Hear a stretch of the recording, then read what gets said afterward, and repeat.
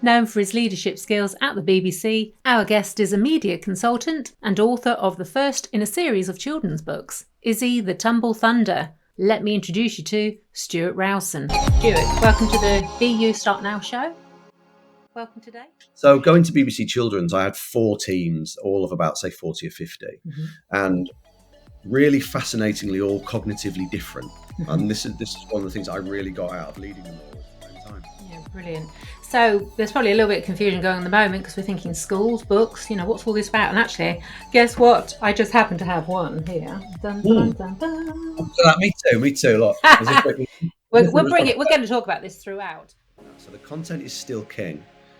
The platform is queen, and that might be your website or your social media account.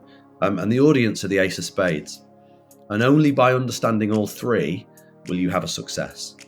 You're a bit of a storyteller yourself. And even the way you're describing all this, I mean, you must have been a great boss, really, or certainly a great leader in working with the BBC. Must have loved talking to you. I don't know if I was any good, but I can talk. And then also doing a bit of sort of my media background. So if I'm in primary schools, I'll generally tend to talk about that I used to be the boss of Newsround and the boss of the presenters on CBeebies and that sort of stuff.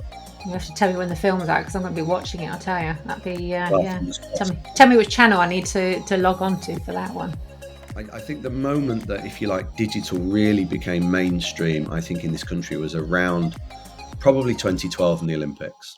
Okay. So we always said that 2012, because it was the first time that any broadcaster in the world had live streamed every sport that was going on, and there were a few occasions where we were running like 24 concurrent live streams of sports during the Olympics, and we had phenomenal numbers.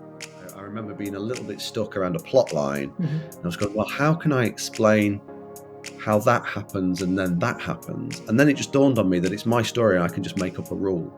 Isn't that's a great way of looking at it? Yeah, because I love writing myself. Creative freedom of just going, well, because I said so I'm just going to write a rule, and that's what happens in my story of time.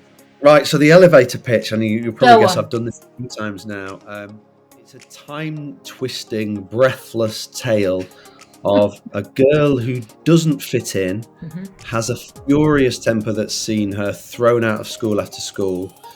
She has magical powers that she doesn't understand, and a missing dad. Management is one thing. Leadership to me feels totally different. I think good managers should aspire to be good leaders. Being a leader isn't about what you do, because I think that's management. Being a leader is about how you make your team feel.